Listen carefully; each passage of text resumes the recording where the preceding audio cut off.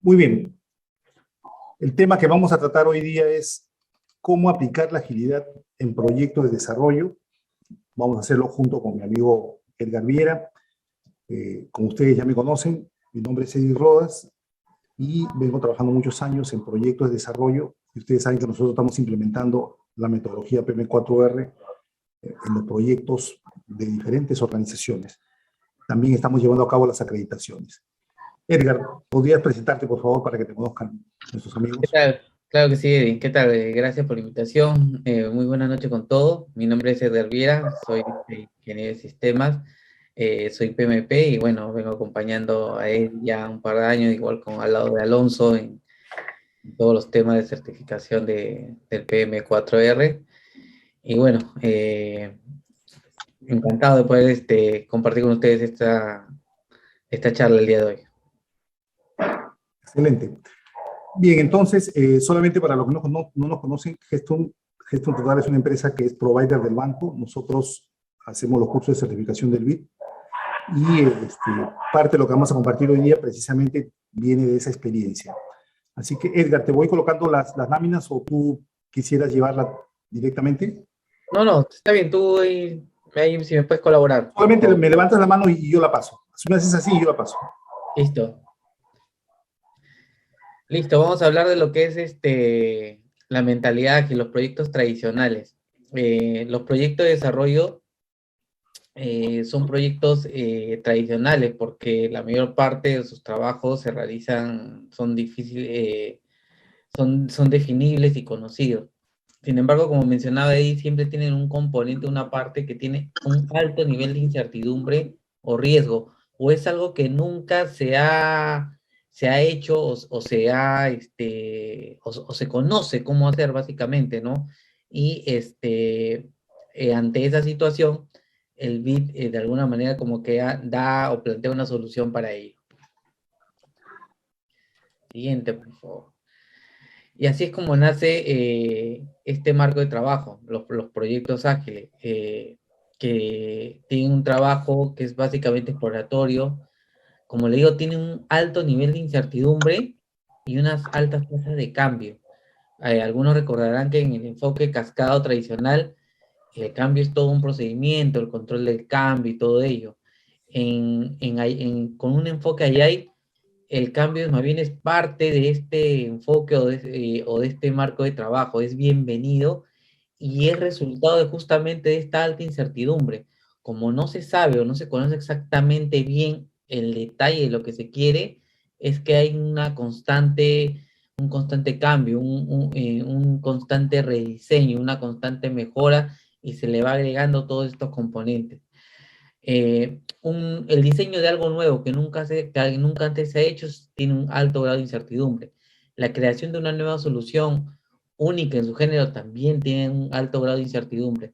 La resolución de un problema sin precedente tiene altos riesgos y también no se conoce cómo se va a solucionar ello y tiene un alto grado de incertidumbre, complejidad y riesgo.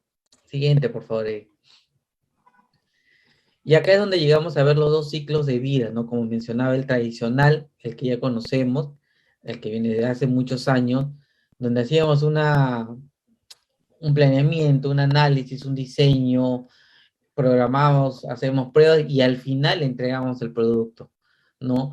Y tenemos lo que ahora es el ciclo de BIA, donde sí hay una planificación, ojo, a veces muchos confunden y piensan que no se planifica en AI y es todo lo contrario, sí existe una planificación en AI.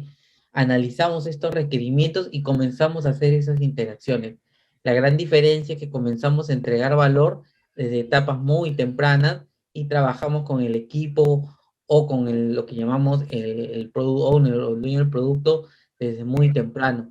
De manera que no tiene que esperar 5 o 6 meses para ver algo del producto, no. Lo va viendo desde temprana, etapas muy tempranas, ¿sí? Y cada una de estas iteraciones se entrega el valor, se entrega un producto el cual ya puede entregar cierta funcionalidad, entregar las características con las cuales de alguna manera ha sido concebido. Siguiente, por favor. dentro de las características de estos ciclos de vida, tenemos lo que son un enfoque predictivo, y acá la característica principal es justamente lo que mencionamos, que sus requerimientos son fijos, a comparación de un enfoque ágil, que es el último de esta fila, en esta tabla, donde es muy dinámico los requisitos, y es justamente por esa alta tasa de incertidumbre que puede generar estos nuevos requisitos o nuevos requerimientos, justamente porque se está realizando y se está explorando. Otra característica de los predictivos es que su meta es gestionar los costos, ¿sí? Su entrega es única, y es otra de las diferencias con el enfoque ágil, donde son entregas, pequeñas entregas frecuentes, pero son entregas que generan valor, se está entregando ya una parte del producto con gran valor. Luego tenemos el enfoque iterativo, donde sus requisitos son un poco más dinámicos, sus actividades son repetidas hasta tener el producto correcto. También es una entrega única y tiene la meta de la corrección de la solución, ¿sí? Va mejorando, va corrigiendo hasta tener ello.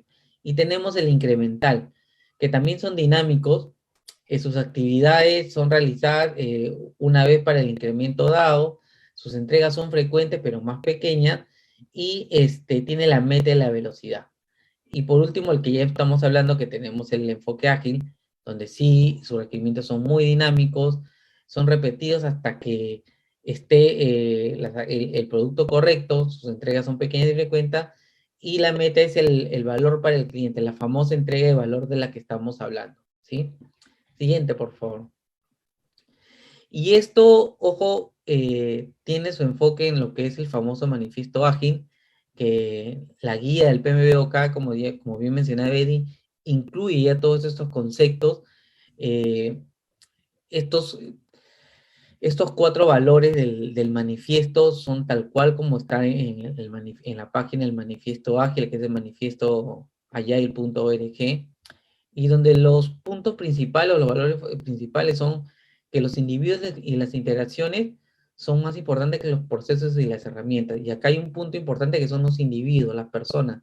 El, esta empatía, el hablar cara a cara con las personas es mucho más importante que los procesos o las herramientas. Habla de software funcionando porque el manifiesto ágil se creó con gente que desarrollaba software. Hoy en día esto ya no es solo para el desarrollo de software, sino para el desarrollo de cualquier producto. Y es más importante que la documentación completa o extensiva. Ojo, acá no quiere decir que no hay que documentar, es todo lo contrario, hay que documentar lo necesario, ¿sí?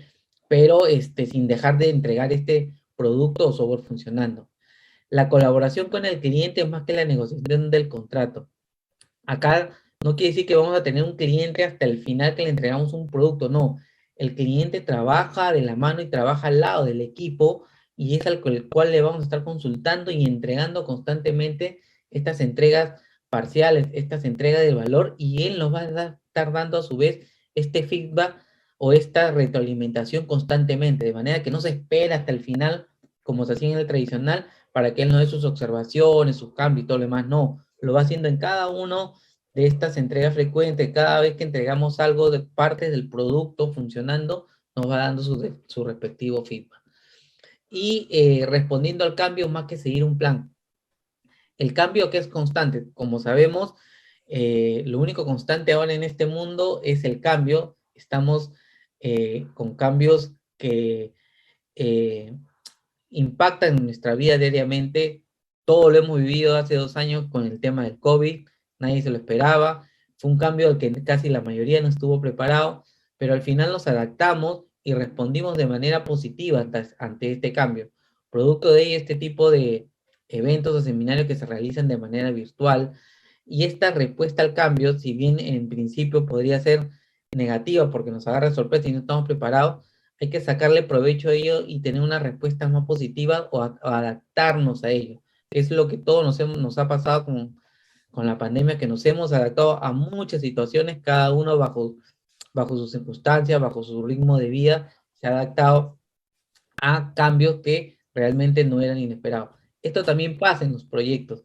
Pasa mucho aun cuando existe esta alta tasa de incertidumbre. Y la relación entre los valores y principios se refleja en este cuadro, donde está la mentalidad ágil, el famoso mindset, que es el ser ágil, el pensar en agilidad y cómo llegamos a hacer agilidad. Y para llegar de un punto a este extremo de las prácticas es que pasamos por estos 4 valores y los 12 principios que están en el manifiesto para luego poner en práctica con las herramientas, con estos enfoques de trabajo, ¿no? Pasamos desde una forma de pensar, de ser ágil, a hacer ágil. Y una de estas herramientas, justamente el PM4R Agile, que nos enseña y nos ayuda a poder desarrollar proyectos de una manera distinta, de una manera más eficiente. Siguiente, por favor. Dentro de muchos enfoques ágiles tenemos Kanban, Lean, Agile, el famoso Scrum, XP, que es Stream Programming, FDD, en fin, un conjunto de herramientas que nos ayudan justamente a llegar al otro extremo, a tener un pensamiento ágil. Una de las más conocidas y la más usada es Scrum, y es en la cual está basada el PM4R Agile. Es muy similar, está basada casi en un 95% en ella, solo que el PM4R Agile tiene un enfoque para escalar o crecer en grandes proyectos de desarrollo como son los que se maneja el Banco Interamericano de Desarrollo. Siguiente, por favor.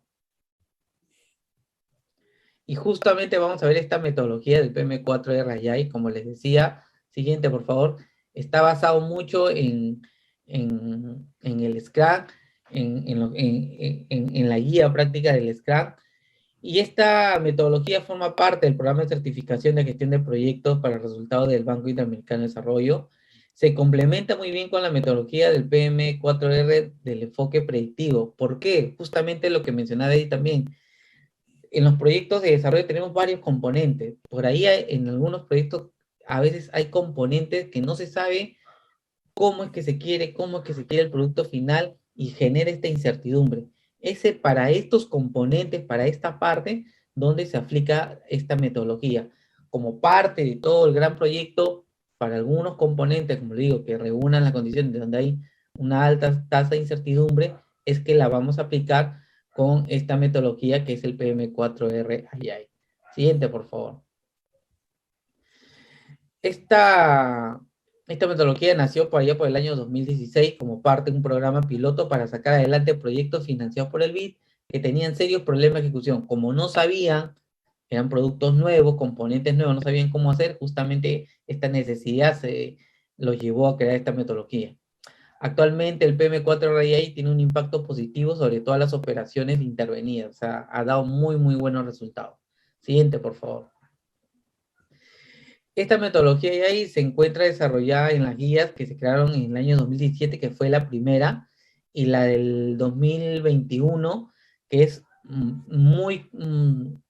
tiene muchas mejoras, básicamente desde mi punto de vista, en la presentación, en cómo se está redactada, en la gráfica, y está con algunas actualizaciones de la guía de Scrum que salió en el 2020. ¿Sí? Siguiente, por favor. El BIM imparte la metodología a través de un curso virtual que dura 6 semanas y que se lleva a cabo bajo su plataforma con el acompañamiento de un trainer certificado y especializado. Justamente Eddie, como Alonso y como mi persona, tuvimos la oportunidad de, antes de la pandemia, certificarnos en las mismas oficinas del BIT, allá en Washington, y tuvimos la oportunidad de conocer vivencias y experiencias, cómo se desarrolló esta metodología, y la cual ya hemos tenido oportunidad de compartir con algunos de ustedes. Siguiente, por favor. El objetivo del curso básicamente es generar las competencias profesionales requeridas para aplicar la agilidad en un proyecto de desarrollo mediante 5 pasos. El análisis de los elementos existentes de la planificación, la selección de trabajos prioritarios, el desarrollo de un plan Agile, la ejecución del sprint y la revisión y retrospectiva del sprint.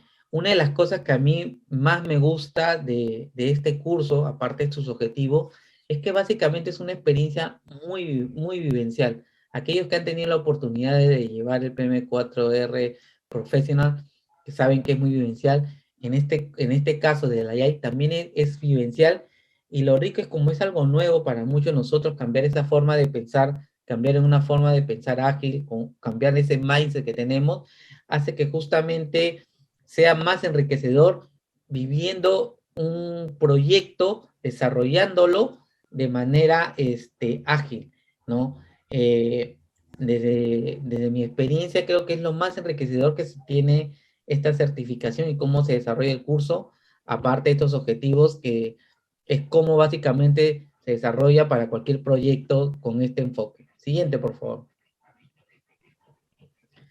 Los beneficios básicamente es proporcionar un método que facilita la creación de productos innovadores y con alto grado de incertidumbre, como hemos estado hablando del inicio.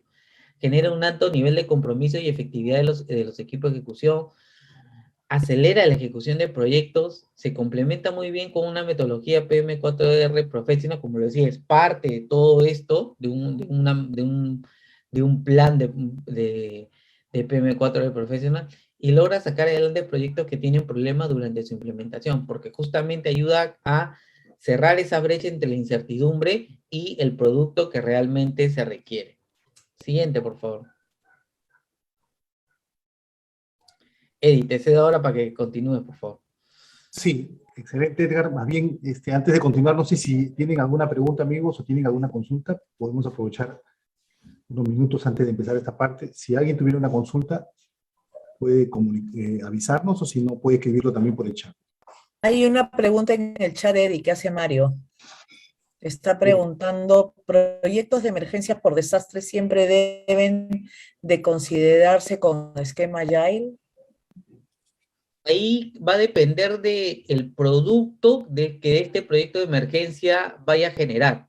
Acuérdense, la incertidumbre la genera el producto. Si es algo que no que no se tiene concebido o nunca se ha hecho antes, en este caso, imaginemos que el proyecto por emergencia y desastre requiere que se solucione, por decirle, un puente, pero se requiere que se haga rápido y nunca se ha hecho rápido. Ahí hay un cierto grado de incertidumbre al querer realizar un desarrollo de un producto que es un puente y se tiene que hacer sumamente rápido porque esto va a facilitar o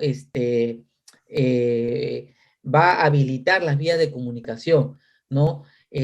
Cuando el producto, pensemos en el producto que genera este proyecto, es algo que nunca se ha hecho, puede ser que nunca se haya hecho rápido, nunca se ha hecho en una zona de desastre, porque de repente tenemos que en una zona normal o habitualmente sí podían llegar los insumos, pero tal vez por el desastre se complica el que lleguen los insumos o genere otro tipo de complicación que generen esta condición de incertidumbre o de altos riesgos con un alto impacto, podríamos pensar que en aplicar este enfoque, ¿no? Considerando, como bien menciona, el entorno buca, ¿no? Si es una carretera, un puente. Pensemos que en el producto y la incertidumbre que genera o las condiciones que ello puede generar.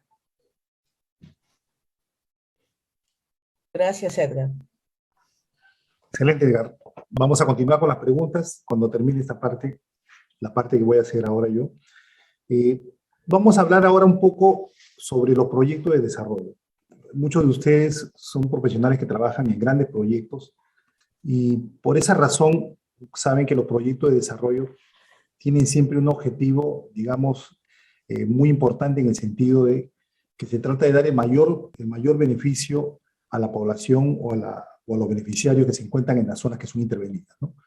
Los proyectos de desarrollo son iniciativas que siempre van a buscar resultados concretos y están íntimamente ligados a impulsar el desarrollo socioeconómico de un país, de una región. Por esa razón, el BIC cuando financia estos proyectos lo hace a nivel de gobierno. Generalmente se brindan préstamos que permiten que un gobierno pueda, digamos, implementar políticas. Y esas políticas deben responder a una estrategia de país. Tiene que haberse planteado, digamos, objetivos estratégicos. Se tiene que buscar siempre usar este dinero que viene de financiamiento externo para poder lograr los resultados que espera el país que se espere en la región o en la localidad donde se va a invertir. Un proyecto de desarrollo cumple todas las características de cualquier tipo de proyecto, siempre va a estar, digamos, ligado a 4 variables principales, ¿no? Que es el alcance, el tiempo, el costo y la calidad. Eso no significa que no va a considerar los riesgos o que no va a considerar los stakeholders o la comunicación o todo lo que está relacionado. También todo eso se considera. Pero se le da mucho énfasis a estas variables porque recuerden que los países ejecutan estos proyectos con fondos de endeudamiento y por lo tanto el dinero tiene que ser bien utilizado. ¿Y eso qué significa? Cumplir con un plazo. Generalmente un proyecto de desarrollo dura 4 años a 5 años, dependiendo cómo sea, digamos, el convenio de préstamo. Y se define un alcance claro que pueda ser luego medido al final. Ahora, es importante señalar que cuando hablamos de alcance en proyecto de desarrollo, no solamente estamos hablando de los productos y servicios que queremos, sino también del resultado esperado. Y ahí es donde viene la diferencia, porque los proyectos de desarrollo buscan impactar, digamos, desde el punto de vista socioeconómico. Un proyecto de desarrollo generalmente involucra muchas áreas, no solamente, no se especifica en un solo segmento, sino que generalmente a través de diferentes componentes puede intervenir en temas de infraestructura, en temas, digamos, por decir, mejoramiento de sistemas o en temas que tienen que ver con desarrollo de personal, de equipos o cambios normativos, etcétera. Hay varias aristas por donde los proyectos de desarrollo intervienen y también dependen en qué sector se ubican. Hay proyectos que están en el sector transporte, otros que están en el sector educación, sector salud, etcétera. Los proyectos de desarrollo están prácticamente en todas las áreas productivas de un país. Por eso son muy importantes. Y todos obedecen a una lógica que digamos, se sustenta sobre la cadena de valor. ¿Y por qué he querido mostrar esto y recordarle a todos los que estamos presentes, que ya tienen una acreditación de esta naturaleza, de que el valor de un proyecto de desarrollo está en los resultados? O sea, se generan proyectos para poder generar resultados que impacten. El impacto es lo que siempre se busca, ¿no? Los resultados, la forma como agrega valor un proyecto de desarrollo está ligada a indicadores, a parámetros que se definen antes de que empiece, digamos, el proyecto, en una herramienta que nosotros conocemos como la matriz de resultados. Por eso que cuando nosotros estamos ejecutando un proyecto, no solamente nos preocupamos de hacer bien el trabajo y de entregar bien los productos, sino también de estar seguros de que el producto está alineado con esta cadena de resultados. Los resultados se tienen que lograr, digamos, en 2 momentos, en 3 momentos principales. Resultados intermedios que se van logrando a medida que se va ejecutando el proyecto, ya se van consiguiendo resultados. A esos resultados se les dice resultados intermedios.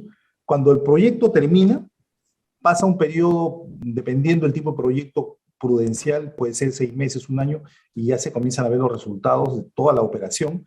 Y muchas veces, dependiendo del tipo de proyecto, pasando 2 años o 3 años, se puede ver el impacto que ha tenido. Entonces, ¿por qué menciono este punto? Porque precisamente la agilidad tiene como objetivo que nosotros, los que trabajamos en proyectos, siempre entreguemos valor, pero con un enfoque, con una meta, ¿no? Entregar valor en el menor plazo posible, ¿no? Y el mayor valor posible. Entonces, en ese sentido, la agilidad, por eso que ha logrado, digamos, incorporarse con mucha facilidad en los proyectos de desarrollo, porque los proyectos de desarrollo buscan valor en todo momento y estos se miden a través de los resultados intermedios. Ahora, los proyectos de desarrollo utilizan herramientas que la gente que trabaja de este tipo de proyectos las conoce. Algunas son llamadas PEC o Plan de Ejecución del Proyecto. También hay otra herramienta que se conoce como el Plan Operativo Anual, que es una planificación que se hace dentro del año. Siempre tratando de que lo que se planifique en el año se pueda cumplir con un presupuesto y con un tiempo que se va definiendo en cada unidad ejecutora y siguiendo el marco normativo de cada país. Esto sería entonces en cuanto a los proyectos de desarrollo. Ahora, ustedes se darán cuenta que aplicar la agilidad en un proyecto de desarrollo al principio fue un poco complicado porque no se sabía cómo podía intervenir la agilidad. Se pensaba que cuando vas a aplicar la agilidad se tiene que aplicar a todo o si no a nada. O sea, tenías que aplicar, si vas a aplicar un proyecto, el proyecto tenía que ser ágil o no podía ser mixto. Esa era la primera, digamos, duda que se tenía con respecto a la agilidad. Pero luego, como dicen, el conocimiento se fue desarrollando a medida que se aplicaba y se dieron cuenta que ese enfoque no era necesario aplicarlo en un proyecto de desarrollo, porque los proyectos de desarrollo son tan grandes que un solo producto podía representar un proyecto dentro de todo el esquema del proyecto de desarrollo. Entonces, lo que comenzaron a hacer los equipos fue focalizarse ya no, digamos, en querer aplicar la agilidad a todo el proyecto en su conjunto, sino de aplicar la agilidad sobre aquellos productos donde había mayor urgencia. Es por eso que el primer paso que se creó de la metodología PM4RI se le dio el nombre de análisis de la planificación existente. ¿Qué significa eso? Significa que tú no partes de cero. Cuando tú entras a un proyecto de desarrollo, tú no entras, digamos, a un proyecto donde hay que escribir en un hoja en blanco. No, nada que ver. En un proyecto de desarrollo todo está aprobado. Viene con un contrato de préstamo. Los países, antes de poder lograr un proyecto de desarrollo, tienen que haber conseguido muchas aprobaciones. Y sobre todo la aprobación del directorio en el BID, en Washington. Entonces, ¿qué significa eso? Que los proyectos de desarrollo vienen con muchas, digamos, le podríamos llamar restricciones, que están ya dentro de un contrato de préstamo. Pero al ser un proyecto tan grande, esas son restricciones de alto nivel. Sin embargo, en los niveles, digamos, más operativos, muchos productos generalmente son desconocidos. Y es ahora como vamos a ver cómo se encontró la fórmula de aplicar, digamos, esta agilidad, ¿no? El primer paso que se dio cuando se creó la metodología era pensar, ¿no? ¿Por dónde vamos a empezar a aplicar la agilidad?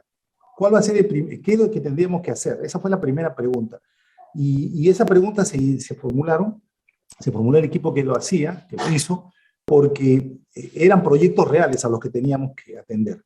Entonces, en ese tiempo se le llamaba proyectos problemas o proyectos que, digamos, tenían un reto que no se podía lograr con el método predictivo. Ya se habían intentado muchas formas de tratar de salvar esos proyectos y no se podía, hasta que a alguien se le ocurrió aplicar la agilidad. Y en esa lucha por aplicar la agilidad se hizo el primer paso, que fue hacer el análisis de la planificación existente. O sea, revisar todos esos documentos que de por sí tienen todos los proyectos de desarrollo, que son el plan de ejecución del proyecto, el POAL, el plan de adquisiciones, las matrices de riesgo, otros instrumentos que también utilizan, los presupuestos. Había mucha información que tenía que revisarse para poder, digamos, empezar a definir cómo aplicábamos la agilidad. Como resultado de eso, una conclusión a la cual llegó el equipo es que para poder implementar la agilidad en un proyecto de desarrollo, teníamos que partir de la EDT. Los que ya conocen, digamos, la metodología PM4R Professional saben el poder que tiene la EDT. O sea, es el primer paso que hay que dar. Y si tú no tienes una EDT, ¿por dónde empiezas a ejecutar el proyecto? Entonces, en realidad, la EDT volvió a ser la herramienta relevante para poder aplicar la agilidad. Pero con una diferencia, ¿no? Ya no íbamos a ejecutar todo lo que estaba en la EDT, sino que nos íbamos a concentrar en aquellos productos o en aquellos entregables o paquetes de trabajo donde realmente la agilidad iba a dar resultado. Esa fue la primera premisa. Entonces se desarrolló una EDT que nosotros le dimos el nombre de EDT mejorada. Para poder ilustrar lo que les voy diciendo, les estoy presentando en este momento una EDT de un proyecto. No estoy poniendo un proyecto específico porque para no, digamos, tener que presentar información confidencial o de unidades ejecutoras, pero sí he tratado de desarrollar un prototipo de proyecto de desarrollo que contiene la mayoría de los componentes típicos del proyecto de desarrollo. El que ustedes ven en la pantalla es un proyecto de desarrollo que contiene componentes que muchas veces se dan en distintos tipos de proyectos, no solamente proyectos, digamos, que sean de naturaleza educativa, por ejemplo, educativos, sino también que sean proyectos de transporte, sean proyectos de carreteras o de proyectos de educación o proyectos de viviendas. O sea, he tratado de poner lo que se presenta comúnmente en diferentes tipos de proyectos.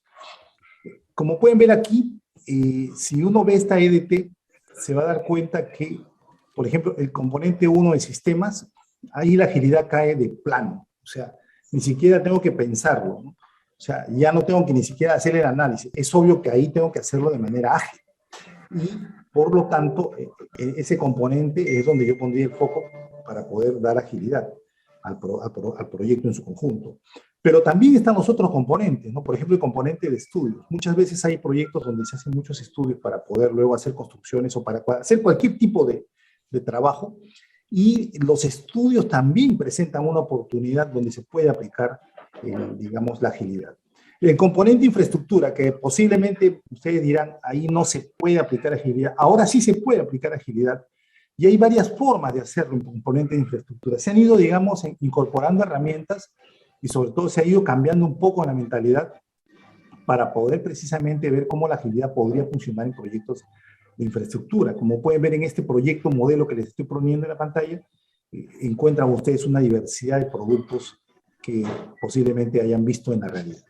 También tenemos el componente innovación. Los proyectos de desarrollo casi todos siempre tratan de incorporar la innovación. La innovación a veces no tiene un nombre específico como componente, pero yo lo he visto en muchos proyectos, por ejemplo, los que se financiaban para el FINSIC, proyectos que se han financiado para el Ministerio de la Producción, proyectos que se financian para generar, digamos, capacidades, creación de, digamos, nuevos modelos. Hay mucho de innovación en los proyectos de desarrollo y generalmente son consultorías donde la agilidad realmente debería aplicarse al 100%. Pero que, como la agilidad no es algo tan, digamos, común en estos momentos en los proyectos de desarrollo, no se aplica así. Entonces, muchas veces es ahí donde se traban los proyectos porque el enfoque tradicional no funciona en estos productos donde tú no tienes el alcance definido o hay alto nivel de incertidumbre. La gente no sabe ni cómo empezar a hacer los términos de referencia. Y si tú no sabes ni cómo hacer los términos de referencia, ya ustedes imagínense la complejidad que genera el proyecto. Y también el componente de gestión.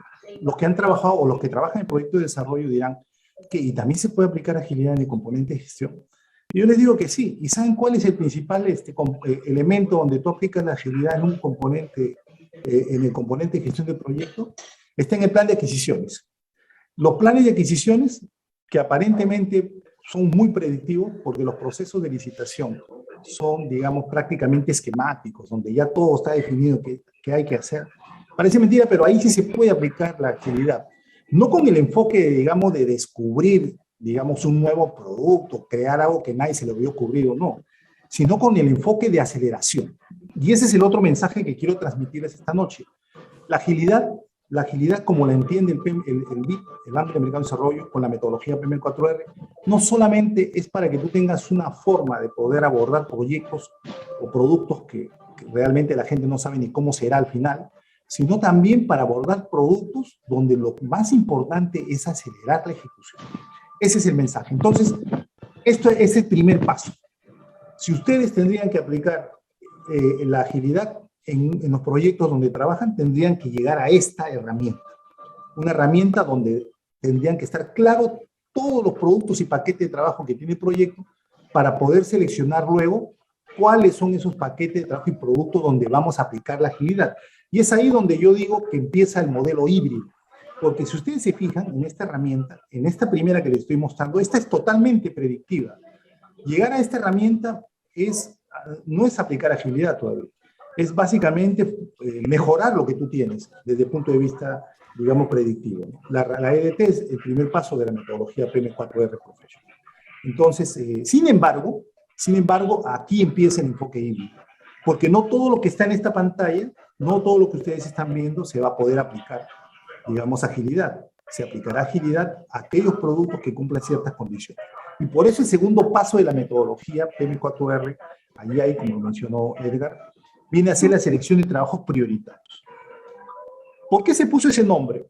Porque en realidad la agilidad es muy potente, pero en un proyecto de desarrollo de 50 millones de dólares, de 100 millones de dólares, aunque sea de 5 millones de dólares, es muy grande el proyecto para poder concentrar y aplicar la agilidad todo. En realidad, la agilidad en los proyectos de desarrollo tiene que ser selectiva. Y por esa razón aparecieron estos criterios que fueron los primeros que se establecieron cuando se instituyó este paso, ¿no?, de la selección de trabajos prioritarios. Los 3 criterios eran que sea prioritario, o sea, que tenga preferencia sobre los demás, que sea crítico, o sea, que significa que es urgente, que tenemos que hacerlo. Es crítico porque está en la ruta crítica. Es crítico porque si no hago no salen los cinco productos que vienen después. Es crítico porque es el que genera más valor. Entonces, estos criterios en realidad fueron bien pensados para poder luego aplicar el paso siguiente. Y que sean alcanzables. Hay un problema con los proyectos de desarrollo. Hay productos que podrían durar 2 años o 3 años de duración. Sin embargo, el hecho de que sea alcanzable como criterio ayudó muchísimo a las unidades ejecutoras. Y yo les comparto la experiencia de varias unidades ejecutoras donde he visto cómo se ha aplicado la agilidad. Yo mismo he participado apoyando a unidades ejecutoras a aplicar la agilidad. Y el solo hecho de que ellos pusieran este criterio a estos productos, de que sean alcanzables, los hacía aterrizar. El principal problema que hay en los proyectos de desarrollo muchas veces es que las personas no aterrizan y se plantean productos o servicios que creen que van a lograr miren, piensan que lo van a lograr en el año y no lo logran ni en 3 años.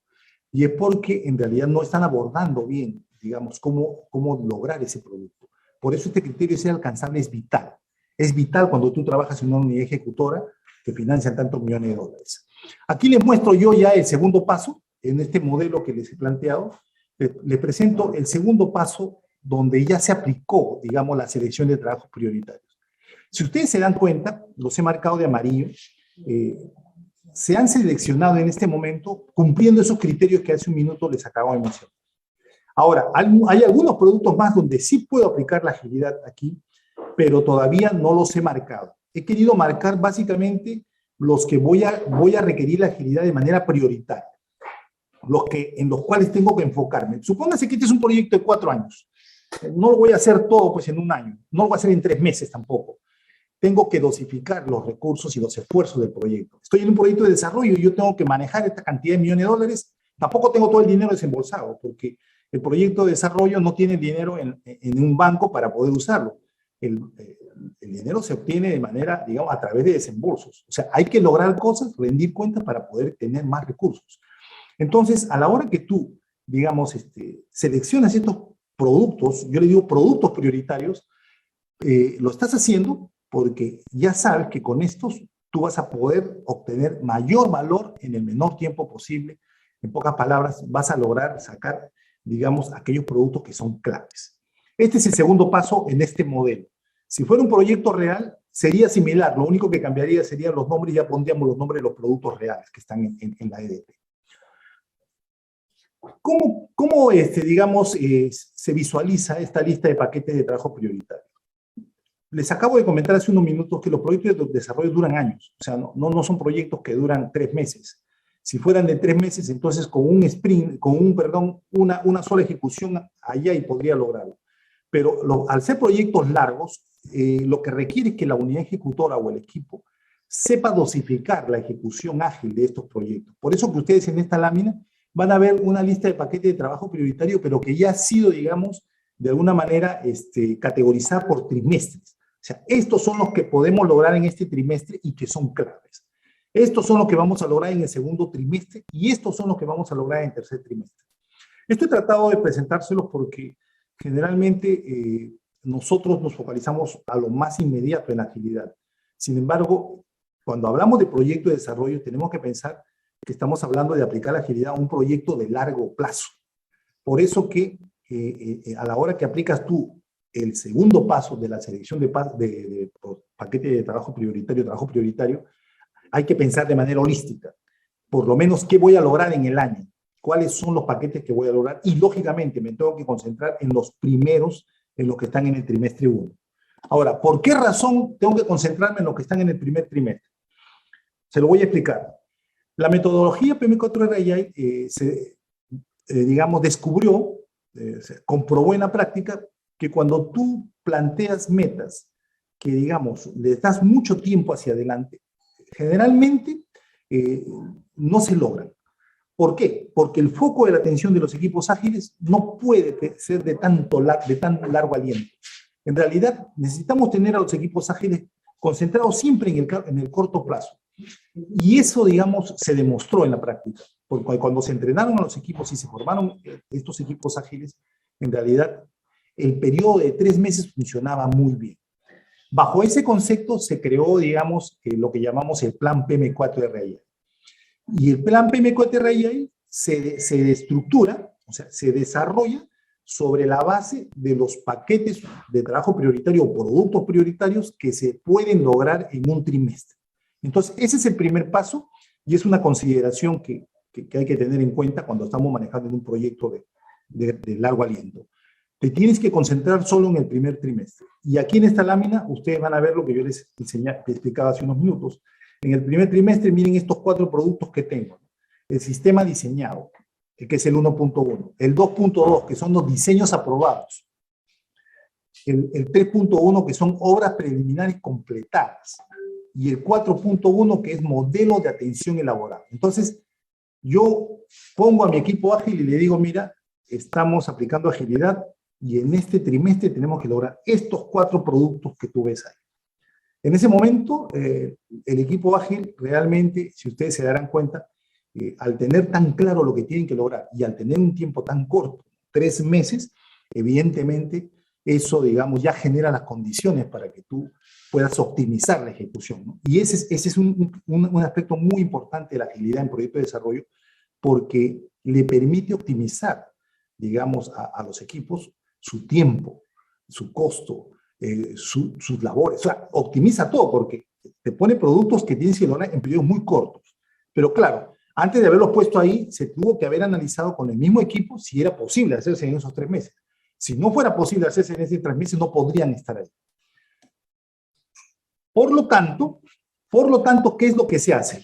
Ya estoy hablando de lo que le estoy explicando, ya es aplicación, ¿no? Acá no hay nada de teoría, ya estoy aplicando. Este es un proyecto modelo, pero yo estoy aplicando la agilidad. Fíjense, acá están los 4 productos. Pero ¿de dónde han salido estos 4 productos? Si yo los veo así como están, evidentemente me podría perder en el camino y decir, wow, ¿qué es esto ya? Tengo que regresar siempre a la EDT, o sea, son herramientas que están articuladas, que forman parte una de una.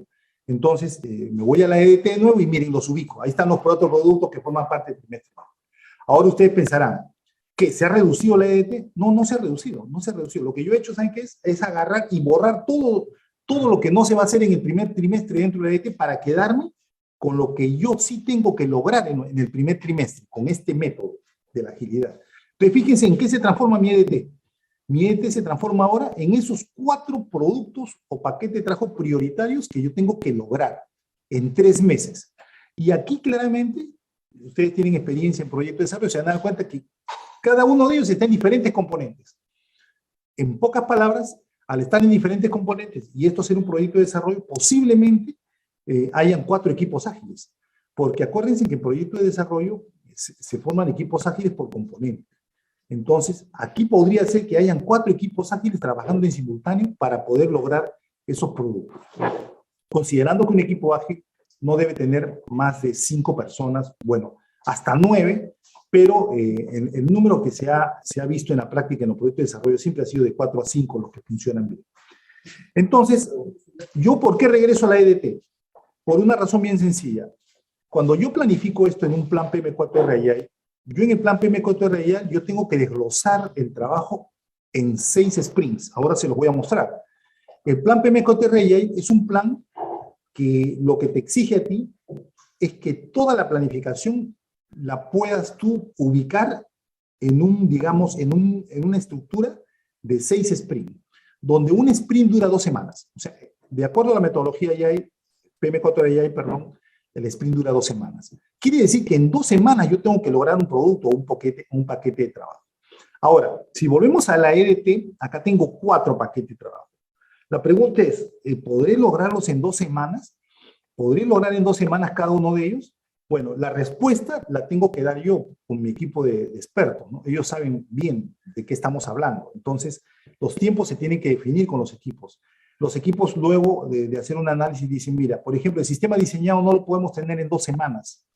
Y ellos dicen, a lo más podríamos tenerlo lo más rápido posible. Y un sistema diseñado que respondería, esto no significa que no volveríamos a iterar, porque si el sistema diseñado no cumple los requisitos, habría que volver a iterar. Nos dicen, lo tenemos que hacer por lo menos en 4 semanas. Por lo tanto, dividen el sistema diseñado en 2 paquetes de trabajo, lo subdividen. Lo mismo se hace con los diseños aprobados y con el modelo de atención elaborado. Se subdivide. Entonces, ese producto o paquete de trabajo que yo había priorizado y que estaba, digamos, de alguna manera como un paquete, digamos, compacto, ahora lo he desglosado en 2 partes para poder aplicar la agilidad.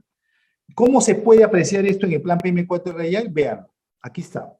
Fíjense, en la mano izquierda están nuevamente los paquetes de trabajo priorizados para el trimestre 1, pero fíjense en la mano derecha cómo ahora en el plan PM4RI yo ya voy desglosando aquellos productos que no voy a poder hacer en un sprint y lo parto en dos.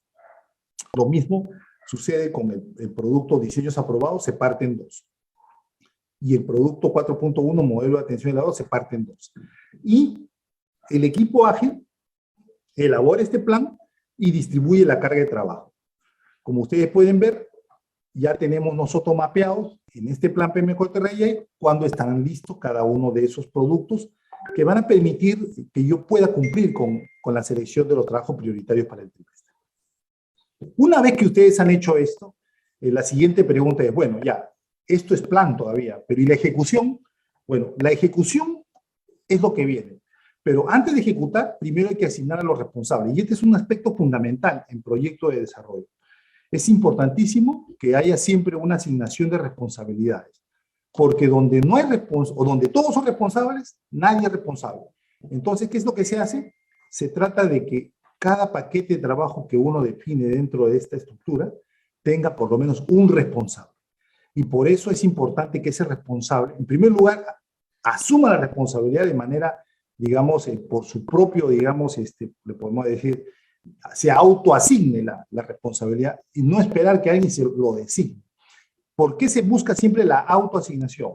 Porque el responsable debe estar lo suficientemente motivado como para poder asumir los compromisos que implica la agilidad debido a, primer lugar, a que tienes que entregar valor y segundo, porque los plazos para la entrega de valor son cortos. Por esa razón, ese plan PM4RI que hace un minuto se lo mostré, donde básicamente había desglosado en paquetes de trabajo que pudieran hacerse dentro de cada sprint, ahora ya tienen un responsable asignado.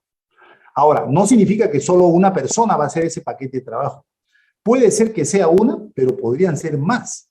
Lo que yo estoy mostrando aquí, en pocas palabras, es como si fueran los líderes ágiles. En pocas palabras, porque, por ejemplo, un modelo funcional aprobado en un proyecto, hay proyectos de desarrollo donde un modelo funcional aprobado requiere mucha gente para poder crearlo. Y ese modelo, pues, necesita trabajar con varias personas. Entonces, una persona no lo va a hacer. Esa persona que está ahí asignada es responsable de que ese producto se haga, pero no necesariamente es responsable de que él lo haga. Para eso existen, digamos, los especialistas. Por esa razón, en este plan que ustedes pueden ver de 3 meses, de 6 sprints, está todo el trabajo que se tiene que hacer cuando tú aplicas la agilidad en un proyecto de desarrollo. Una vez que tú has hecho esta asignación de responsabilidades, ahora sí viene la ejecución ágil. Pero la ejecución ágil significa irnos ya a la parte micro, porque un proyecto ágil se ejecuta desde la parte, digamos, mínima de unidad de tiempo. La unidad mínima de tiempo en la agilidad es la semana. Entonces, vamos ahora a ver cómo sería esa ejecución ágil. Partimos nuevamente que cuando se ejecuta un proyecto, nosotros no lo ejecutamos todo al mismo tiempo. En la agilidad, lo que uno ejecuta es el sprint que le corresponde. Toda ejecución ágil tiene que empezar con el primer sprint. Una vez que termines el primer sprint, pasarás al segundo sprint, al tercer sprint, al cuarto sprint, y así sucesivamente. Esa es la forma como en PM4RI se trabaja. Y esa forma es la que permitió salvar a proyectos que están prácticamente perdidos en el banco. Entonces, te concentras en el sprint 1. Vamos a ejecutar el sprint 1 ahorita de manera simulada. Es el modelo funcional aprobado. Me acaban de encargar a mí, yo soy el responsable de ese paquete, de ese producto, y ahora yo lo tengo que hacer. Cuando a mí me entregan ese paquete para hacerlo en un sprint de 2 semanas, entonces yo digo, wow, ¿cómo lo voy a hacer? Ahí dice modelo funcional aprobado, pero ¿cómo lo voy a hacer? Entonces viene el siguiente paso. El siguiente paso es que tienes que identificar cuáles son las actividades de tu sprint. O sea, ese producto no va a aparecer de la nada. Hay un montón de cosas que hay que hacer. O sea, en pocas palabras, son los expertos los que dicen cómo yo puedo llegar a tener un modelo funcional aprobado. Y esas digamos, actividades o acciones claves, esa es donde, digamos, el equipo ágil se concentra para poder crear el producto. Entonces, cuando entramos a esta parte, es ahí donde ustedes van a ver que lo que parecía un paquetito de color amarillo, una cajita de color amarillo, y que parecía muy simple de hacer, ahora se complejiza, porque para poder lograr ese producto llamado modelo funcional aprobado durante 2 semanas, en ese lapso que tienes que lograr, hay que hacer esas 6 tareas. Aquí, por ejemplo, ya te das cuenta que una sola persona no lo va a lograr. Entonces resulta que el equipo ágil, esta señorita que está ahí, es la líder del equipo ágil. Detrás de ella tiene que haber miembros del equipo ágil. Y por lo tanto tiene que haber personas que van a hacer cada uno de esos paquetes de trabajo, que la van a ayudar. Puede ser que uno haga 2 de estas actividades o hasta 3, no hay restricción en ese sentido, pero alguien tiene que hacerlo. Y por lo tanto, esto se hace generalmente utilizando un aplicativo. Nosotros generalmente utilizamos el Trello o utilizamos el Jira. Son aplicativos bastante sencillos que permiten a nosotros hacer el seguimiento y la ejecución. Tú haces esto y lo que se construye para poder ejecutar en 2 semanas, miren, el Sprint 1, cómo he bajado desde el producto grande hasta el producto pequeño, del 15 al 29 de marzo. Estamos hoy día creo 25, ¿no? Si es 25 significaría que estoy a la mitad del sprint. Miren, este es el sprint 1. Esas actividades que yo les mostré hace un rato, en un tablero Kanban, que es algo que también propone la metodología PM4AI, ustedes distribuyen esas tareas. Esto ya está mostrando un sprint en ejecución. Como le digo, hoy día es 25. Se supone que este sprint empezó el 15. Estamos en una simulación. Miren, ha empezado el 15 y hay una actividad que todavía ni siquiera sale de la columna por hacer. Y es obvio, ¿no? Es validar la propuesta final. Como no la he terminado, no la puedo validar. Entonces, esa tarea está pendiente ahí.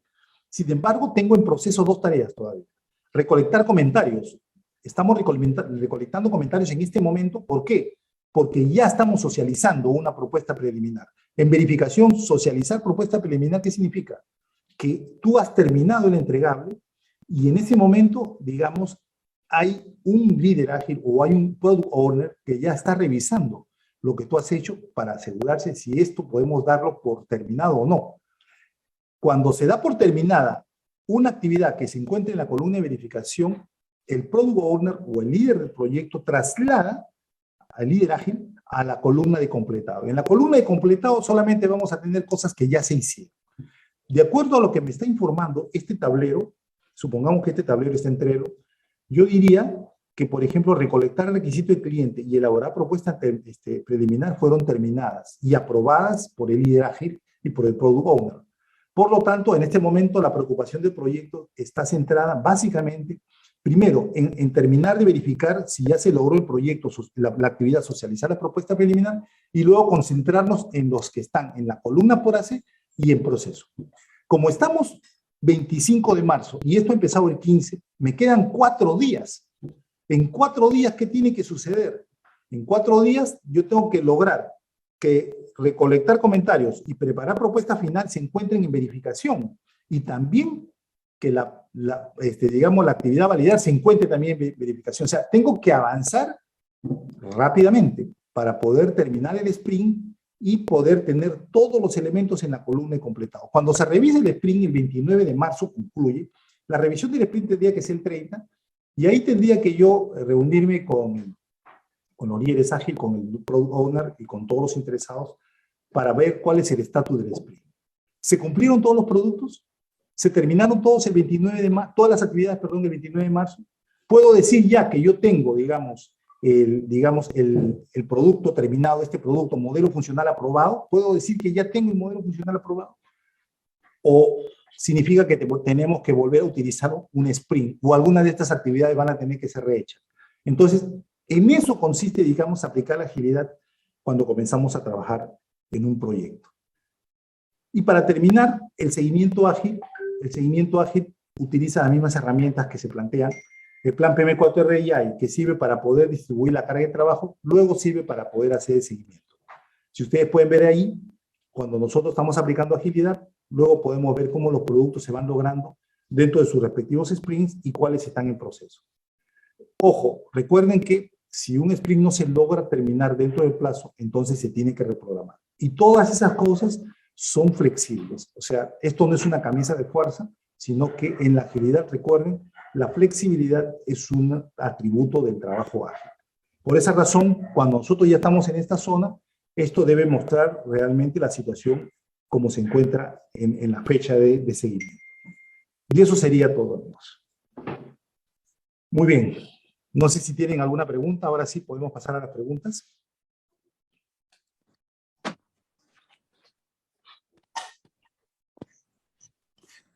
Sí, tengo preguntas.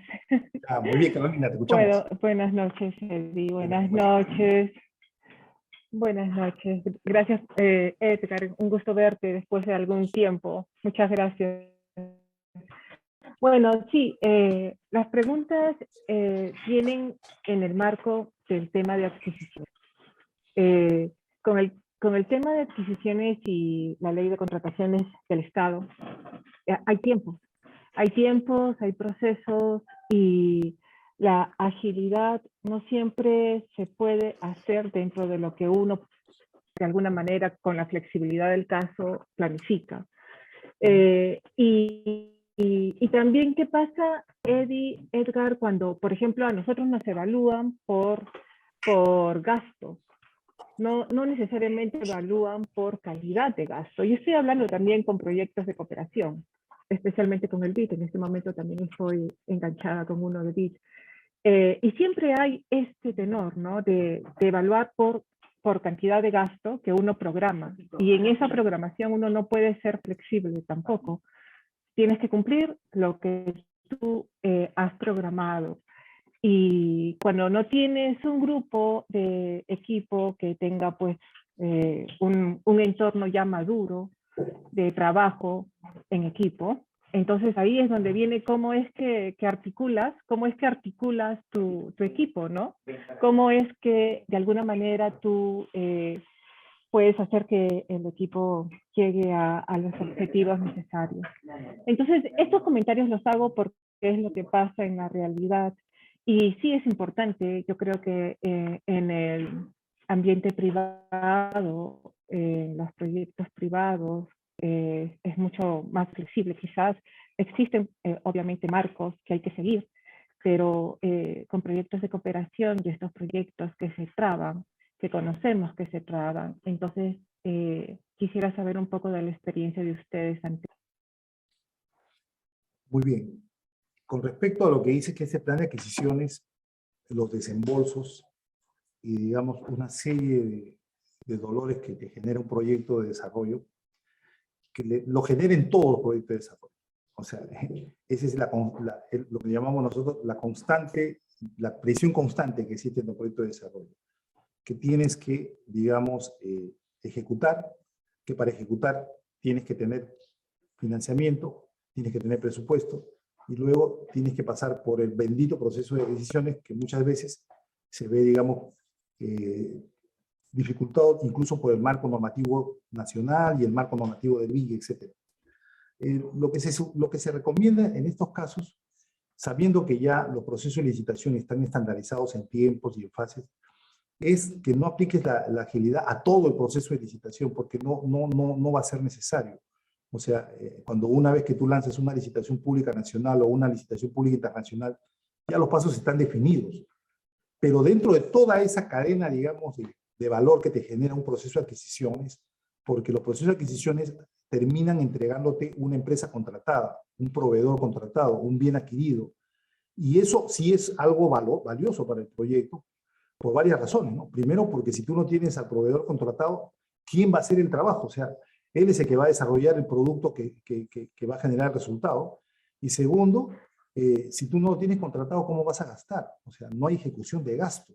La ejecución de gasto viene después que has logrado tú tener a una persona contratada y luego tienes que, evidentemente, entrar todo el proceso de seguimiento. Entonces, en esa cadena que te estoy mencionando, generalmente la agilidad ha servido para poder, digamos, acelerar la elaboración de términos de referencia o elaborar o acelerar la elaboración de las bases técnicas. Te voy a decir lo siguiente, yo he visto proyectos donde se han demorado medio año a un año en elaborar solo las bases, solo las bases, cuando el proceso de licitación a veces dura 3 meses, pero en elaborar las bases se pueden tomar de medio año a un año porque la gente no se pone de acuerdo, porque creen que eso no es lo que realmente se quiere, porque elaborar los términos de referencia o elaborar las bases en un proyecto de esta naturaleza, cuando los productos son totalmente novedosos, requiere mucha agilidad. Yo te voy a decir que incluso, ¿por qué crees que se recurren a las licitaciones públicas internacionales? Porque generalmente no se encuentra un proveedor en el país que pueda hacer el producto. Entonces recurren a países extranjeros. O sea, en realidad, las bases de licitación, los términos de referencia son, digamos, los puntos medulares donde la agilidad da más resultado en un proyecto de desarrollo, no en el proceso de licitación en sí mismo. Y esto te lo digo por la experiencia, ¿no? Incluso a la hora que hacen las bases, yo te digo algo por experiencia. En el año 2004 yo trabajaba en un proyecto iniciado por el BIC en Camisea, y uno de los productos que se querían era construir unos puestos de control en la reserva Náhuac Cugapacori, en la zona de Camisea. ¿Cuál era el objetivo del puesto de control? El puesto de control lo único que tenía que asegurarse es que los colonos no entren a la reserva, y tenía que tener guardabosques y todo. Bueno, la institución que se encargaba de hacer ese tipo de trabajo se llamaba INRENA en esos tiempos. INRENA había construido un montón de puestos de control durante años, con su método. Pero como este era un proyecto financiado por el BIC, y este puesto de control era una obra, teníamos que seguir con todo el procedimiento de financiamiento externo, y teníamos que contratar a una empresa que construye el puesto de control. Y bueno, nosotros no teníamos experiencia en el tema, y la institución tampoco nos ayudó mucho. ¿Y sabes qué pasó? Para contratar la empresa o el proveedor que hiciera los puestos de control, ¿sabes cuánto nos demoramos? Nos demoramos 3 años. ¿Y sabes en cuánto tiempo construyeron el puesto de control? En 3 meses.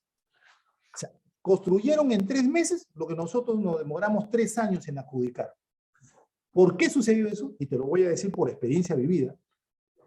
El primer TR y las primeras bases que hicimos, contratamos una arquitecta que nos ayudó a diseñar las bases. La arquitecta diseñó las bases. Todo iba excelente. Hicimos el proceso de licitación. Convocamos, ni siquiera una licitación pública nacional. Todo iba muy bien. El proceso, ¿sabes cuánto nos duraba? 2 meses íbamos. Hasta que llegó el día que nosotros teníamos que evaluar las propuestas. ¿Sabes qué sucedió a la hora que llegó la evaluación de propuestas? Yo estaba en el comité de selección. Una empresa había cotizado 1 millón de soles. Y nosotros teníamos de presupuesto 250.000 soles. Y además, había otra empresa que había cotizado 700.000 soles. Pero tenía un problema, no cumplía un requisito, por lo tanto quedó descartada. Me quedé con una empresa de 1 millón de soles y yo tenía presupuesto 250.000, lo máximo que podía estirar era 300.000. La pregunta que nos hicimos en el comité de selección: ¿cómo es posible que nosotros hayamos licitado un producto que lo hemos valorado en 300.000 y este proveedor está pidiendo 1 millón? ¿Dónde está el problema? Después, cuando revisamos todo el expediente, ¿sabes cuál es el problema? El problema es que nosotros hicimos mal las bases. Hicimos mal las bases. Y escogimos mal el procedimiento. O sea, todo el proceso anterior fue un fracaso. Tuvimos 3 licitaciones de desierto antes de lograr construir ese puesto de control. O sea, no aprendimos ni siquiera en la segunda ni la tercera. ¿Sabes cómo lo construimos? Lo construimos por administración directa. INRENA lo construyó. Le transferimos 200.000 soles y lo construyó con 220.000 a los 3 años.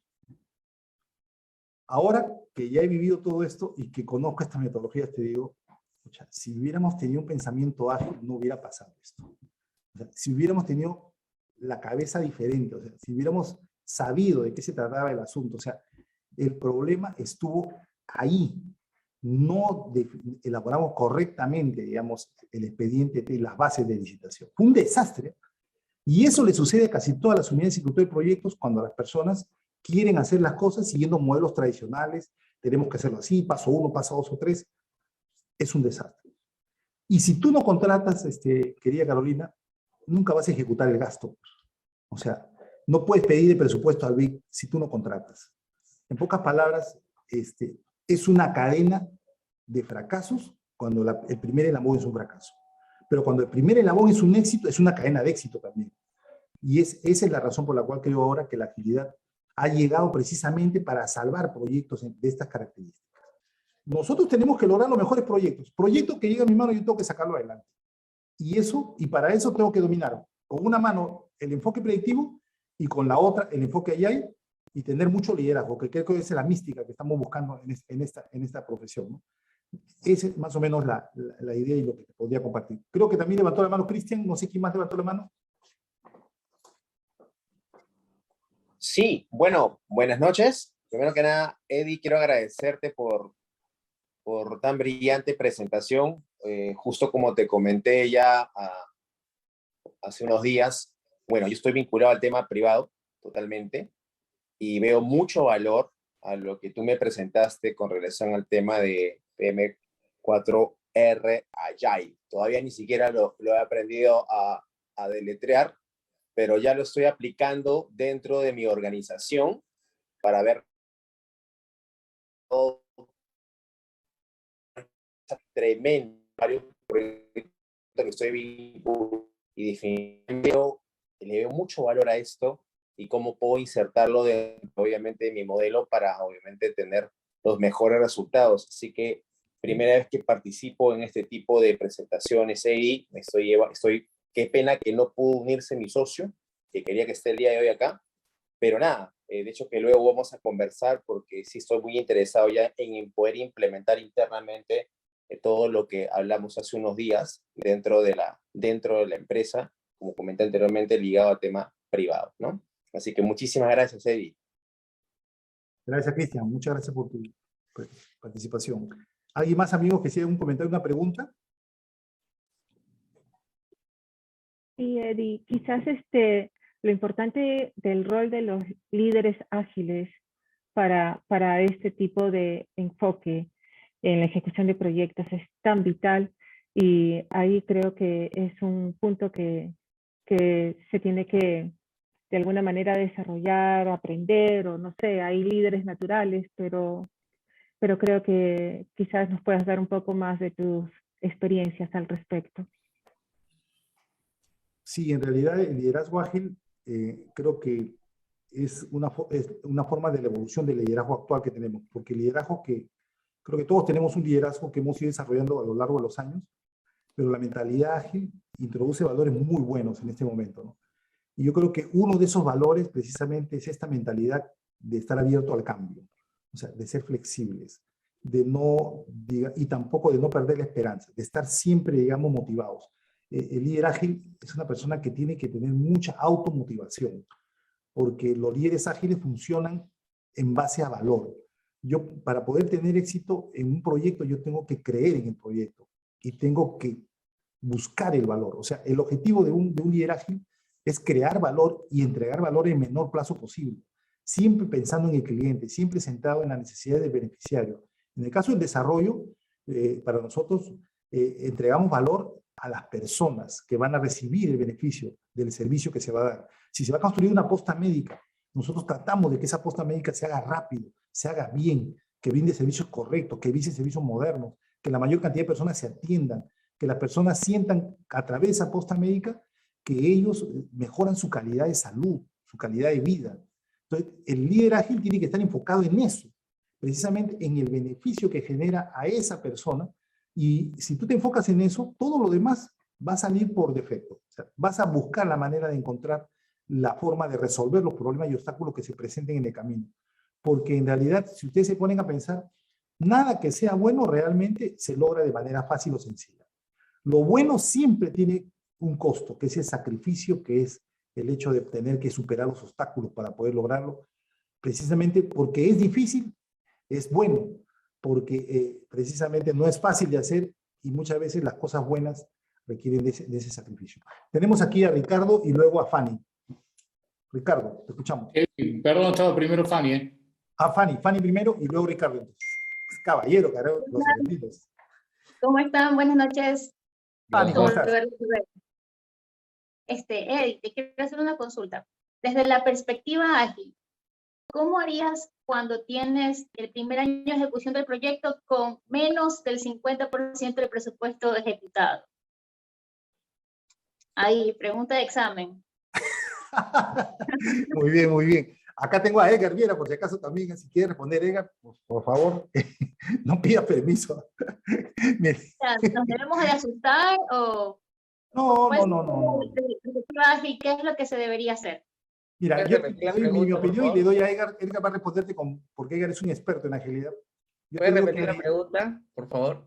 Repítela, Estefan, para... Sí, hola Edgar. Lo que le preguntaba a Eddie es que desde la perspectiva ágil, ¿cómo se debería proceder cuando en el primer año de ejecución del proyecto tengo ejecutado menos del 50% del presupuesto? ¿Me tengo que asustar? ¿Qué debo hacer el siguiente año? No deberías asustarte, primero porque si no has planificado y no sabes todavía cuánto es lo que te falta, digamos como que tienes esa incertidumbre de cuánto todavía te falta gastar, ¿no? Imagínate en el escenario de que sí sabes cuánto realmente tiempo vas a desarrollar. O sea, desarrollate tus sprint y más o menos sabes cuándo vas a acabar. Ese tiempo, si lo sabes, digamos que ahí vas a tener el cálculo de si que eso que te queda va a poder cubrir el desarrollo del producto. El escenario donde sí deberías preocuparte es cuando no tienes esa planificación, cuando no sabes cuánto tiempo más vas vas a requerir para desarrollar ese producto o ese entregable. Ahí preocúpate. Pero si tienes claridad de que me falta, por decirte, 6 meses, son 8 sprints, por decirte algo, y sabes más o menos que tu presupuesto te va a cubrir.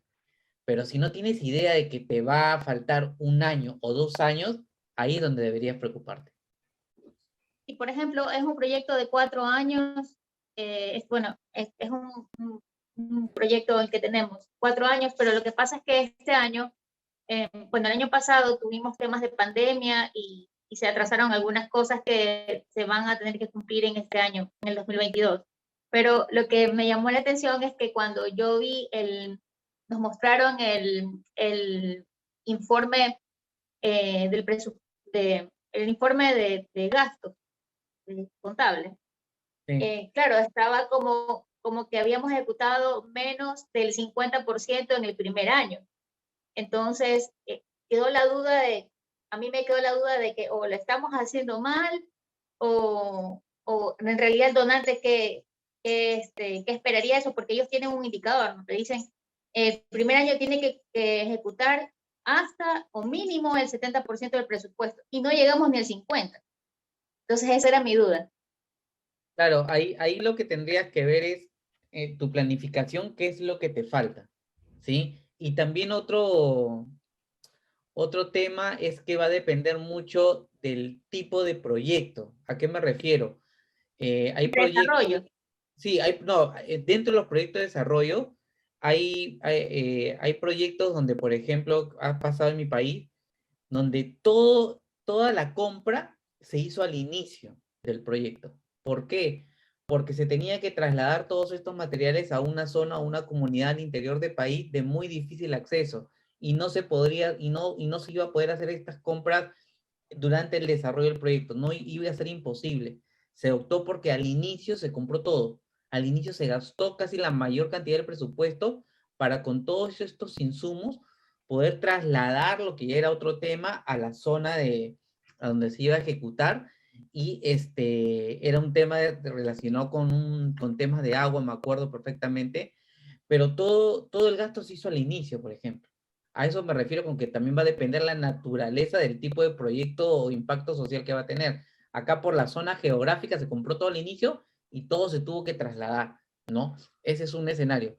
Pero volviendo un poco a tu pregunta, tienes que tener en cuenta el tipo de proyecto que es, no sé cuál es el impacto social que tenga ahí y la planificación que tenga, qué es lo que falta planificar. De repente puede hacer de que el mayor gasto se vaya a dar al final, porque puede hacer que se tenga contratos el tipo de contratos con algún proveedor donde se le paga cuando realmente termina lo que se le ha solicitado, por darte un ejemplo, ¿no?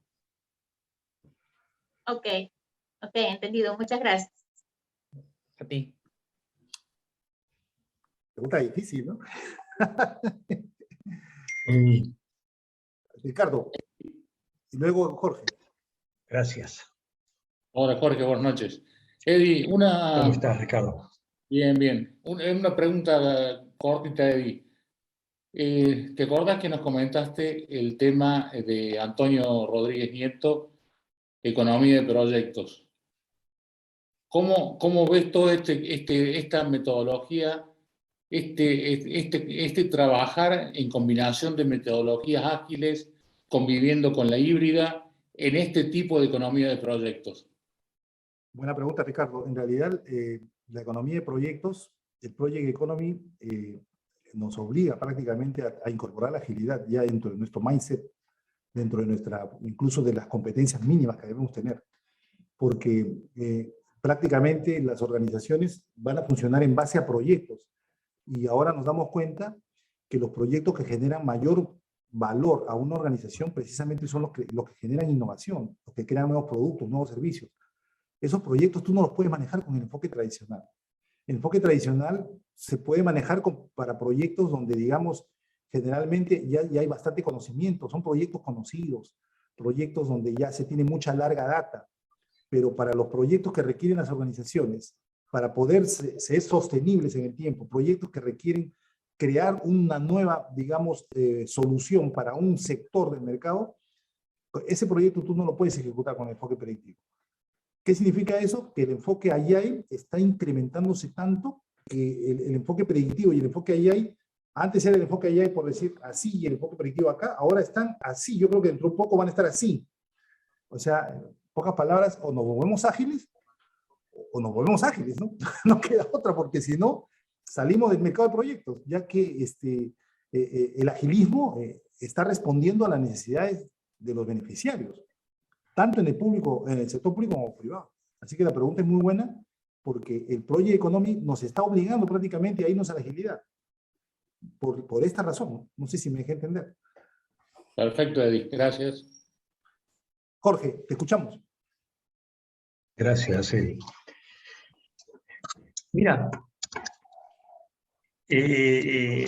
digamos que a priori el tema de la agilidad en la actividad privada queda claro, ¿sí? Y creo que de pronto son los más interesados en el tema de manejar estos conceptos ágiles en el tema de proyectos. Yo creo que acá el gran cuello de botella me parece que está en la parte pública en realidad, ¿no? Por los aspectos normativos que tenemos, en las cuales estamos envueltos.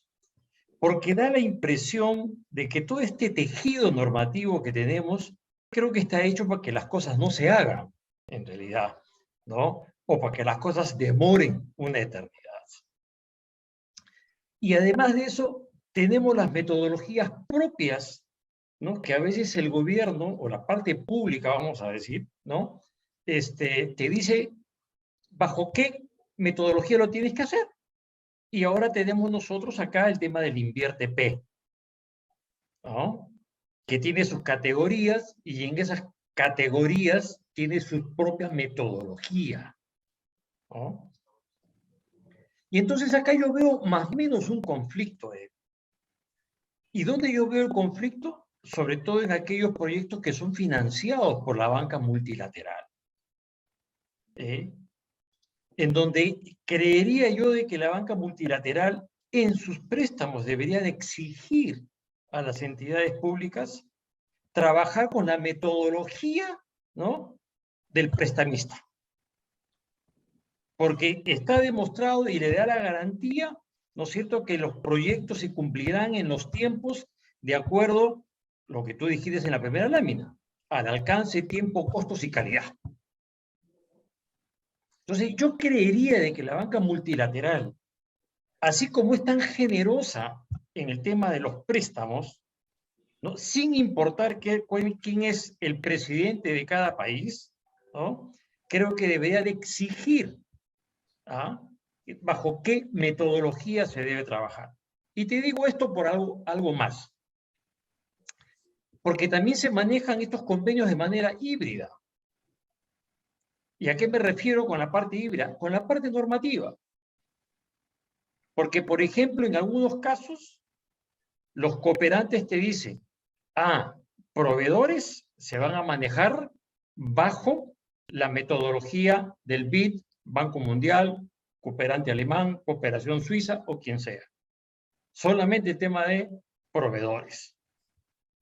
Y ahí entras en una discusión entre los técnicos, ¿no?, del aparato estatal, ¿no es cierto?, que se manejan a través de contrataciones públicas, ¿no es cierto?, pero no conocen el tema de manejar esto bajo metodología de contratación de proveedores ¿no?, de los cooperantes. Y ya tenemos ahí otro factor más, ¿no? Entonces, yo no sé si de pronto dentro de la experiencia que tienen ustedes o habrá alguna estadística, ¿no? ¿Cuáles son los mayores problemas en realidad que se tienen, ¿no? Porque estadística hay de la cantidad de miles de proyectos, ¿no?, por ejemplo, que entran a arbitraje. Desde la época de Alan García, del segundo gobierno, hasta ahora, se siguen los juicios, ¿no?, y se siguen los arbitrajes del famoso programa de agua para todos, hasta ahora. Entonces, ¿dónde está el problema? Digo, ¿cuál es yo no sé si habría que explorar o había que llevar a cabo un estudio para más o menos saber dónde está el problema, de parte, digamos, de un lado, y me refiero de parte del Estado. Y de otro lado, ¿no?, ¿por qué los cooperantes no exigen que realmente se trabaje con metodologías, ¿no es cierto?, como las que en este caso tiene el BID, ya sea predictivo, ya sea ágil, ya sea un híbrido, ¿no? Y de otro lado, de ellos inclusive deberían de exigir que la supervisión estará a cargo de una persona que tenga la experiencia manejando estas metodologías que tienen los prestamistas.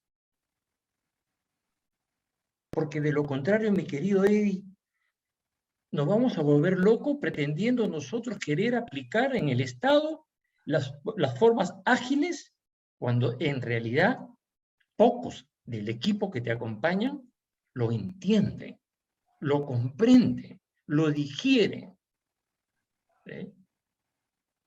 Entonces, o salvo que se haga un tema de transferencia del conocimiento, ¿no es cierto?, como tuviste la magnífica idea con las unidades orgánicas, ¿no?, que también debería ser una cuestión exigible de parte del cooperante, ¿no?, hacia los equipos que van a ser responsables de los proyectos, ¿no? Me parece fantástico el tema de la presentación que ustedes han hecho. Parece tan fácil, Eddie. Lo que ustedes presentan dirán, es tan lindo, es tan hermoso, pero qué sencillo que es. Es como verlo jugar a Messi el fútbol. ¿Ah? Daría la impresión que cualquiera puede jugar fútbol, ¿no? Pero es mucho más complicado realmente de lo que se tiene a la vista, en realidad. Gracias, Eddie.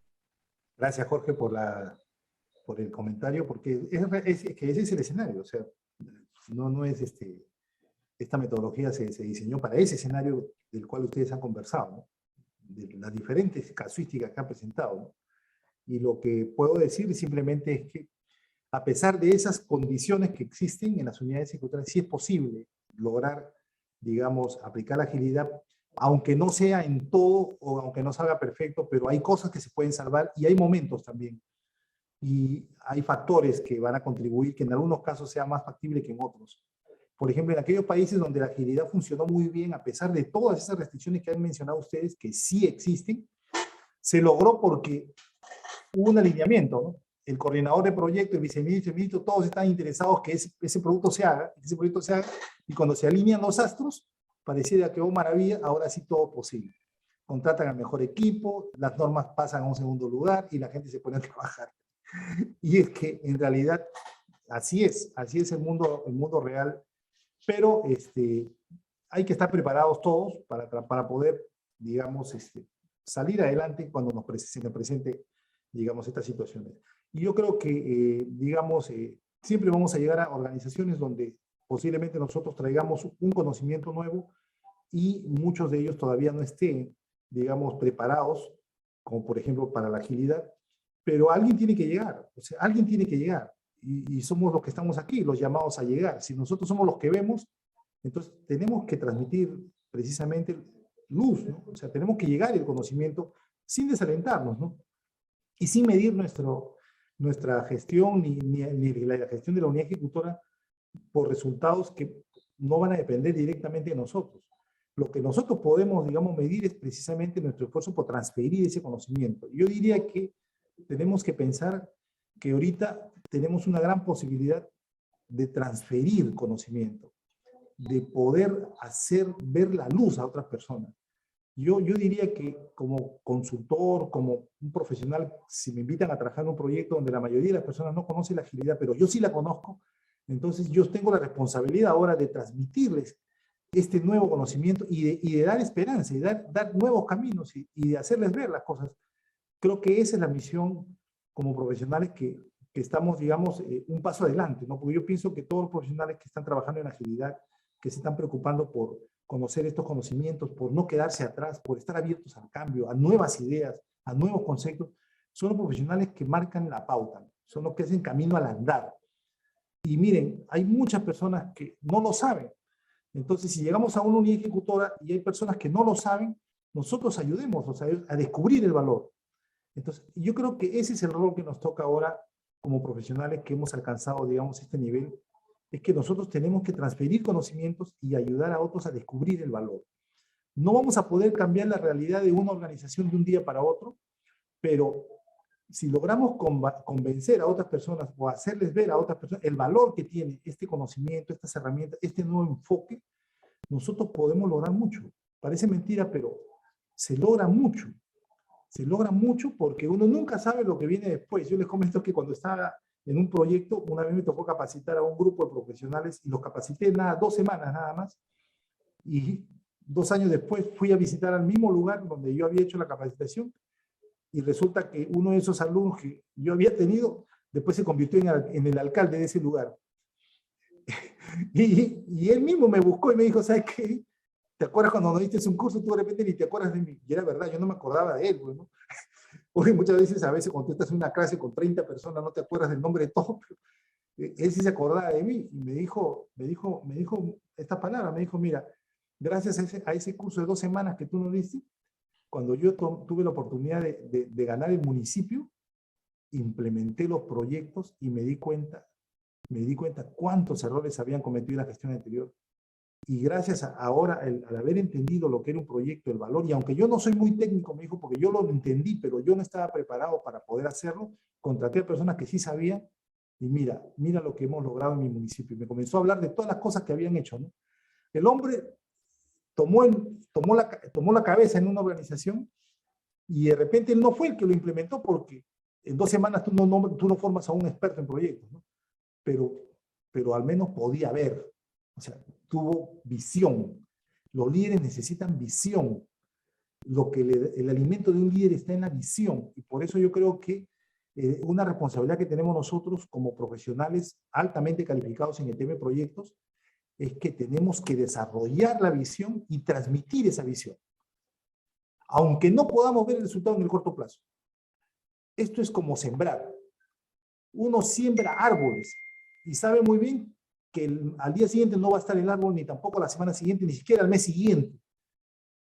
Y yo creo que en el campo en que nos toca desenvolvernos ahora, tenemos que ser como el sembrador y tratar de sembrar siempre en tierra buena. Pero no preocuparnos dónde cae la semilla, porque puede ser que caiga de repente en las piedras o en la zarza. Lo importante es que hay que sembrar. A donde vamos hay que sembrar, hay que compartir conocimiento, hay que transferir, hay que mostrar de que hay un camino, hay una esperanza. Y yo creo que por ahí está nuestro rol. Mario, te escuchamos, tienes la mano levantada.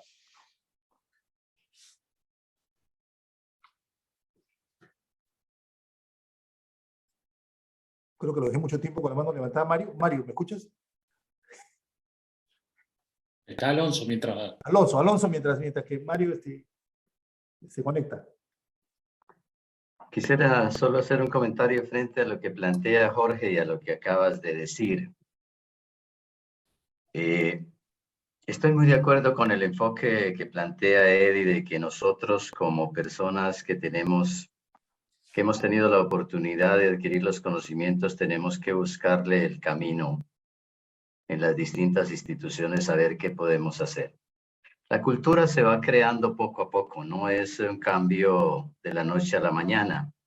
Si nosotros utilizamos algunas de las prácticas de Ágil en proyectos predictivos e incluso solo en nuestra institución, se van a empezar a ver algunos cambios. Si logramos, por ejemplo, lo que propone el Scrum, de que hagamos una reunión, y lo que propone el PM4R Ágil, de que debemos tener unas reuniones de planificación de lo que estamos haciendo, unas reuniones de evaluación de lo que estamos haciendo, ¿no? Las reuniones de prospectiva. Con eso que hiciéramos de lo que estamos haciendo, sin que sea todavía grandes proyectos, empieza a cambiar un poco la cultura y si tenemos ese espacio. Yo creo que sí podemos hacer esfuerzos. En este instante hay mucha inquietud en todos los proyectos, con grandes espacios para actuar o con pequeños espacios, pero han oído hablar de agilidad y la gente está inquieta en qué puedo yo hacer. A mí me han llegado preguntas ahorita de muchos proyectos que dicen, no queremos ahora hacer un proyecto ágil, ¿por qué no? Pero díganos qué podemos cambiar en esa dirección. ¿Qué podemos hacer ahorita? Entonces, si han oído que, por ejemplo, las reuniones diarias de cómo no sean diarias, sean semanales, sobre un plan de trabajo que vamos haciendo en un grupo, eso va empezando a crear un ambiente donde podemos ingresar después con otras cosas. No es fácil, indudablemente la cultura institucional es una de las barreras grandes para los cambios. Pero como grupos profesionales, indudablemente podemos ir creando algunos rituales que vayan generando culturas hacia la agilidad. Y esa sería una de las recomendaciones que creo que está en la dirección de lo que plantea Eddie en este momento. Segundo, no podemos esperar que alguien por decreto o que alguien por imposición, que era un poquito, oyendo a Jorge decía, pero ¿por qué los cooperantes no exigen y piden que haya esto y esto y esto? Nunca se va a lograr. Nunca se va a lograr porque siempre hay, y con razón, existe la prevención de los países hoy de que nos han impuesto mucho y de que ahora se trata de negociar, ¿no? Y eso es algo que se ha logrado, es incluso una cosa positiva. Los países tienen que negociar con las instituciones internacionales que dan apoyo, sean bancos, sean instituciones nacionales de cooperación, siempre será negociado. Y una de las características fundamentales de los proyectos de desarrollo en cooperación es justamente de que allí no hay decisiones verticales, de que lo fundamental en un proyecto de cooperación es que todas las decisiones son negociadas.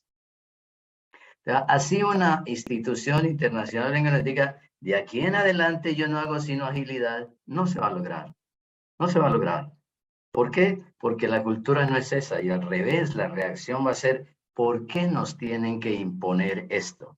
Y podríamos generar una reacción totalmente inversa a lo que queremos. Entonces, para prepararnos con una institución internacional, nosotros que estamos en las instituciones, tendremos que dar ideas para la negociación. No se les olvide, siempre hay decisiones negociadas en proyectos de cooperación al desarrollo. No hay verticalidad como en las instituciones, en donde todas las decisiones son jerárquicas. Aquí son sistemas de cooperación y en los sistemas de cooperación negociamos. Todo, negociamos. Debe ser la pauta.